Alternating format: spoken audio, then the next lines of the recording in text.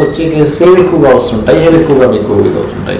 అంత చేతులు ఎత్తేసిన కేసులు, సపోజ్ హెల్ప్లెస్ మా దగ్గరకు వస్తాయి. ఇప్పుడు రుమటైడ్ ఆర్థరైటిస్ ఉంటుంది. రుమటైడ్ ఆర్థరైటిస్ లో వాళ్ళు కార్టిజాన్ స్టెరాయిడ్స్ పెట్టుంటారు, ఇంకా వీక్ అయిపోయి కిడ్నీ ప్రాబ్లం వచ్చి వాళ్ళు వస్తారు రెఫరెన్స్ పెయిన్స్ తగ్గాలని చెప్పి. బ్యాక్ పెయిన్ లో lumbar spondylitis, disc prolapse, sciatica వాళ్ళు అట్లా నెంబర్ ఆఫ్ కేసెస్ వస్తుంటాయి. సమస్యలకు 100% ట్రీట్మెంట్ గ్యారంటీ. 20 సంవత్సరాల ఎక్స్పీరియన్స్ కలిగిన అంతర్జాతీయ హోమియో వైద్యులు డాక్టర్ బెల్లంకొండ నాగేశ్వరరావు గారి ఆధ్వర్యంలో హోమియో ద్వారా 100% ట్రీట్మెంట్. For appointments 8121998560. మీ ఆరోగ్యం మా భరోసా. శ్రీమాత్రే నమ. జై గురు దత్తాత్రేయ నమ.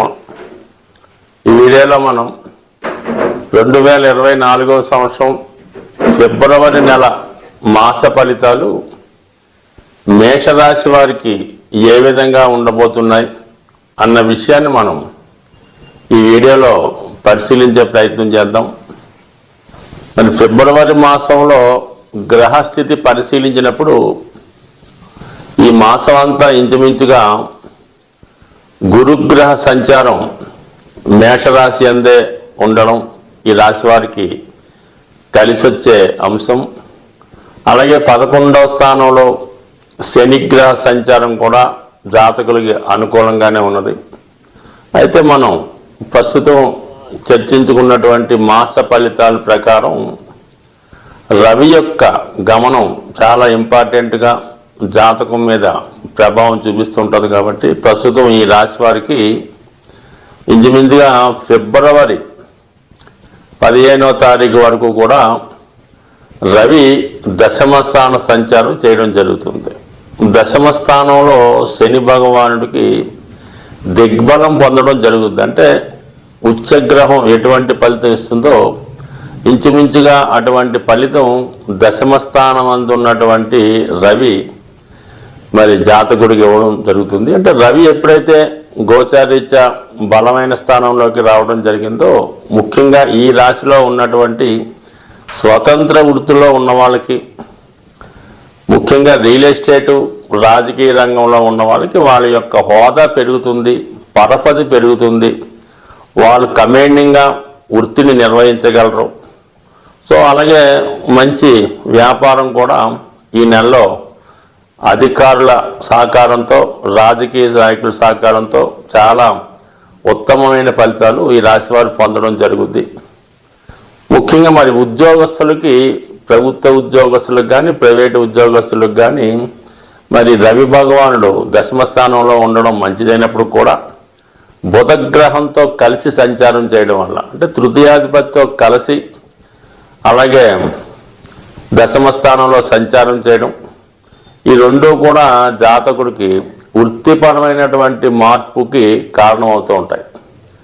ఈ సమయంలో జాతకుడికి వృత్తిలో అభివృద్ధి పొందడం కానీ, వృత్తిపరంగా చేంజ్ చేద్దామంటే వేరే వృత్తిలో మారదాం అనుకున్న వాళ్ళకి ఇది అనుకూలమైనటువంటి సమయం. కంపల్సరిగా ఈ విధంగా ఎవరైతే వృత్తి చేంజ్ చేద్దాం అనుకుంటారో వాళ్ళకి ఈ సమయం ఖచ్చితంగా అనుకూలించే అవకాశం ఉంది. సో ఇది హ్యాపీ అయిన పొజిషను. ఇక రాష్ట్రాధిపతిగా ఉన్నటువంటి కుజుడు భాగ్యస్థాన సంచారం చేస్తున్నాడు. అంటే ఇక్కడ 1-9 ఎక్సైజ్ మాట. రాష్ట్రాధిపతి బుధుడితో 9వ స్థానాధిపతి గురుగ్రహ పరివర్తన అన్నది ఈ జాతకులకి విదేశ ప్రయాణాలు, ఉన్నత విద్య అవకాశాలు, పుణ్యక్షేత్రాలు దర్శించడం, పుణ్య కార్యక్రమాల్లో పాల్గొనడం, ఇవన్నీ కూడా జాతకుడికి అనుకూలమైనటువంటి అంశంగా పరిగణించవచ్చు. మొత్తం మీద నెలంతా కూడా ఈ గురుబలం ఈ జాతకులకు అనుకూలంగా ఉంటుంది. మరి ఎక్స్చేంజ్ వల్ల శుక్రగ్రహంతో గురువు కలిసి 9వ స్థానంలో ఉన్నటువంటి ఫలితాన్ని ఇవ్వడం వల్ల ముఖ్యంగా వివాహానికి సంబంధించినటువంటి విషయాలు పరిష్కారం అయ్యే అవకాశం ఉంది. అంటే వివాహ సంబంధాలు కానీ, వివాహం నిశ్చయం అవ్వడం కానీ, వివాహంలో ఉన్నటువంటి సమస్యలు పరిష్కారం అవడం కానీ జరిగే అవకాశం ఉంది. ముఖ్యంగా వివాహం కొరకు ఎదురు చూస్తున్నటువంటి వారికి 100% ఈ స్థితి. ఎందుకంటే మరి రాష్ట్రాధిపతిగా ఉన్నటువంటి కుజుడు మరి సప్తమాధిపతి శుక్రుడితో కలిసి 9వ స్థానంలో ఉండడం, అక్కడ గురు కుజుల పరివర్తన, ఇవన్నీ కూడా మరి గతంలో మీరు ఏదైనా వివాహ సంబంధం ప్రయత్నం చేసి అది ఏదో విధంగా ఆగిపోయి ఉంటే తిరిగి మళ్ళా పునఃప్రయత్నం చేయడం వల్ల ఆ వివాహ సంబంధం కుదిరే అవకాశం కూడా ఉన్నది. అలాగే విదేశ సంబంధాలు, దూర ప్రాంతంలో ఉన్నటువంటి సంబంధాలు పరిశీలించే వారికి ఇది అనుకూలమైన సమయం. ముఖ్యంగా మీరు ఈ వివాహ సంబంధాలు పరిశీలించేటప్పుడు, చూసేటప్పుడు ఈ మేషరాశి జాతకులు ప్రస్తుతం మీ యొక్క ఉన్న స్థితికి, అంటే ఉన్న ప్రాంతానికి లేదా ఉన్న గృహానికి ఉత్తర దిశలో సంబంధాలు అన్వేషించడం వల్ల తొందరగా వివాహం నిశ్చయమయ్యే అవకాశం ఉంది. సో ఈ విధంగా మరి ఈ భాగ్యస్థానం అనుకూలంగా ఉంది, దశమ స్థానం ఇంకా అనుకూలంగా ఉంది, ఇక లాభస్థానం కూడా అత్యంత అనుకూలంగా ఉండడం ఈ రాశి వారికి చాలా ఈ ఫిబ్రవరి మాసం అంతా కూడా అనుకూలమైన ఫలితాలు మాత్రమే గోచరిస్తున్నాయి. దాని తర్వాత ఫిబ్రవరి 15 తర్వాత సూర్య భగవానుడు అంటే రవి 11వ స్థానానికి రావడం జరుగుతుంది. ఒక పంచమాధిపతి లాభస్థానంలోకి రావడం వల్ల సంతానం విషయంలో శుభవార్తలు వింటారు. అలాగే మీ సంతానానికి ఏదైనా ఉద్యోగ ప్రయత్నం ఫలించడం కానీ, వాళ్ళకి మంచి అవకాశాలు రావడం కానీ జరుగుతుంటుంది. ముఖ్యంగా మీ పిల్లలకి ఉద్యోగ ప్రయత్నాలు ఫలించే అవకాశం ఉంది. సో అలాగే మీకు ప్రభుత్వ పథకాలు అనుకూలంగా రావడం, మీ యొక్క కృషికి, మీ యొక్క టాలెంట్కి తగిన గుర్తింపు కూడా మీకు ఫిబ్రవరి 15 తర్వాత రావడం. అంటే ప్రభుత్వ తరపు నుంచి మీకు ఏమైనా రావాల్సిన ధనం రావాల్సి ఉన్నా, లేదంటే వారసత్వంగా తండ్రి గారి ద్వారా కానీ తాతగారి ద్వారా కానీ మీకు ఏమైనా ఆస్తి కానీ ప్రభుత్వం నుంచి కానీ ఏమైనా రావాల్సి ఉంటే ఈ సమయంలో మరి మీకు ఈ ఫిబ్రవరి 15 తర్వాత అనుకూలించే అవకాశం ఉంది. ఇది ముఖ్యంగా ప్రభుత్వ ఉద్యోగం ఆశిస్తున్న వారికి కానీ, ప్రభుత్వంలో పదవులు ఆశిస్తున్న వారికి కానీ, లేదంటే వారసత్వంగా కొంతమందికి పదవులు వస్తుంటాయి. అంటే ఎండోమెంట్స్ బోర్డులో వాళ్ళ నాన్నగారో తండ్రి గారో చేస్తే వీళ్ళకి రావడం, లేదంటే ఏదో కారణాంతరం వాళ్ళ ఫాదర్కి సిక్ అయితే పిల్లలకి ఉద్యోగాలు రావడం, అటువంటివి ఏమన్నా అవకాశం ఉన్నవాళ్ళు ఈ సందర్భంలో ప్రయత్నం చేస్తే మీకు ప్రభుత్వం నుంచి వారసత్వంగా రావాల్సినది ఈ సమయంలో వచ్చే అవకాశం ఉంది జాతకులకి.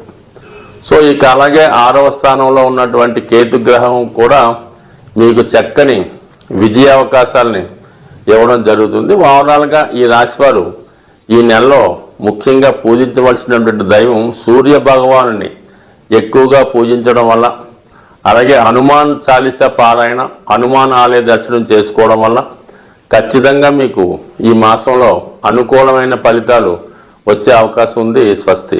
శ్రీమాత్రే నమ. జయ గురు దత్తాత్రేయ నమ. ఈ వీడియోలో మనం 2024వ సంవత్సరం ఫిబ్రవరి నెలలో మీనరాశి వారికి మాస ఫలితాలు తెలుసుకునే ప్రయత్నం చేద్దాం. మరి మీనరాశి వారికి ఈ నెల చాలా అనుకూలంగా ప్రారంభమవుతుంది.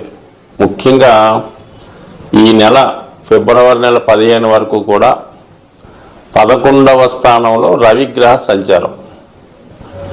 అంటే 11వ స్థానంలో రవిగ్రహ సంచారం ఉన్నప్పుడు జాతకంలో గోచారీత్యా మిగతా గ్రహాలన్నీ కూడా జాతకుడికి అనుకూలంగా ఉండడం జరుగుతుంది. అంటే మెయిన్ అడ్మినిస్ట్రేటరు రాజు లాభస్థానంలో కంటే మీ యొక్క కార్యక్రమాలు, మీ యొక్క పనులు నెరవేర్చే స్థానంలోకి రావడం జరిగింది. ఒక విధంగా మీ కోర్కెలు తీర్చే స్థానంలోకి వచ్చినప్పుడు దానికి అనుగుణంగా మిగతా గ్రహాలు కూడా సంపూర్ణంగా రవిగ్రహానికి సహకరించడం జరుగుతూ ఉంటుంది. సో ఈ కారణం వల్ల మీరు చేపట్టిన కార్యక్రమాలు ఈ నెలలో 15వ తారీఖు లోపు విజయవంతంగా పూర్తయ్యే అవకాశం ఉంది. ముఖ్యంగా 6వ స్థానానికి సంబంధించింది. అంటే ఏదైనా ప్రభుత్వ ఇంటర్వ్యూల్లో కానీ, ఉద్యోగ ప్రయత్నాలు కానీ ఫలిస్తాయి, రుణ ప్రయత్నాలు ఫలిస్తాయి. అలాగే కోర్టు సమస్యలు కానీ, లిటిగేషన్స్ కానీ, డిస్ప్యూట్స్ కానీ, దగ్గర బంధువులతో రక్త సంబంధికులతో ఉన్న విభేదాలు కానీ 100% మీకు ప్రభుత్వ సహకారం లభిస్తుంది, న్యాయ సహకారం లభిస్తుంది. కోర్టులో పెండింగ్లో ఉన్నటువంటి కేసులు మీకు అనుకూలంగా వచ్చే అవకాశం ఉంది. ఇక ప్రభుత్వ పథకాలు, ప్రభుత్వ రుణాలు, విద్యార్థులకి స్కాలర్షిప్లు మంజూరయ్యే అవకాశం ఉంది. మొత్తం మీద రవి అనుకూలంగా ఉంటాడు. 15వ తారీఖు తర్వాత 12వ స్థానంలోకి వచ్చి అక్కడ శని భగవానుతో కలిసి ఉండడం వల్ల మరి జాతకుడికి కానీ, లేదంటే జాతకుడి దగ్గర బంధువులకు కానీ అనారోగ్యపరమైన సమస్యల వల్ల మరి వైద్యపరమైన ఖర్చులు అనుకోకుండా మనం ఒకదానికి దాచుకున్నటువంటి ధనం వేరే దానికోసం ఖర్చు అయ్యే సూచనలు ఉన్నాయి. అలాగే ప్రభుత్వానికి చెల్లించవలసిన ట్యాక్సులు కానీ పన్నులు కానీ మొత్తం మీద చెల్లించే అవకాశం ఉంది. మొత్తం మీద ఫిబ్రవరి 15 తర్వాత మనీ టైట్ అన్నది ఏర్పడుతుంది. సో ఇది పక్కన పెడితే బుధుడు కూడా లాభస్థాన సంచారం ఎలాగా చతుర్థ సప్తమాధిపతి. చతుర్థాధిపతి లాభస్థానంలో ఉన్నప్పుడు భూముల ద్వారా స్థిరాస్తుల ద్వారా మాతృ సంబంధించినటువంటి తల్లిగారి ద్వారా కానీ తల్లి తరపు బంధువుల నుంచి వాహనాల ద్వారా విద్యా సంస్థల ద్వారా ఉపాధి అవకాశాలు కానీ ఆర్థిక వనరులు కానీ సమకూరే అవకాశం ఉంది. అలాగే పొలాలు స్థిరాస్తుల మీద వ్యవసాయం మీద ఆదాయం వచ్చే సూచనలు ఉన్నాయి. సప్తమాధిపతి లాభస్థితి జీవిత భాగస్వామి ద్వారా పార్ట్నర్షిప్ ద్వారా మొత్తం మీద ఏంటంటే ఆదాయ వనరులు అనుకూలంగా ఉన్నాయి. ఇది వ్యాపార వర్గంలో వారికి ఉద్యోగం వారికి అనుకూలిస్తే, ఇది విద్యార్థులకి ఈ బుధాదిత్య యోగం ఏర్పడడం వల్ల అంటే విద్యా సంబంధించిన విషయాల్లో అనుకూలత, వాళ్ళు తగినటువంటి చదువుకు తగిన గుర్తింపు అనుకున్న మార్కులు రావడం లభిస్తుంది. ఇది ఓకే, హ్యాపీ. దశమ స్థానంలో కుజుడు దిగ్బలుడై ఉన్నాడు. సో ఈ కారణం వల్ల వృత్తిలో చాలా నిజాయితీగా ఉంటారు. అలాగే వృత్తిలో అదనపు బాధ్యతలు నిర్వహించవలసి ఉంటుంది. వృత్తిలో మంచి నేమ్ అండ్ ఫేమ్ సంపాదిస్తారు. మరి అష్టమాధిపతి శుక్రుడు కూడా అక్కడ రావడం వల్ల అనుకోకుండా వృత్తిలో అభివృద్ధి వచ్చే అవకాశం ఉంది.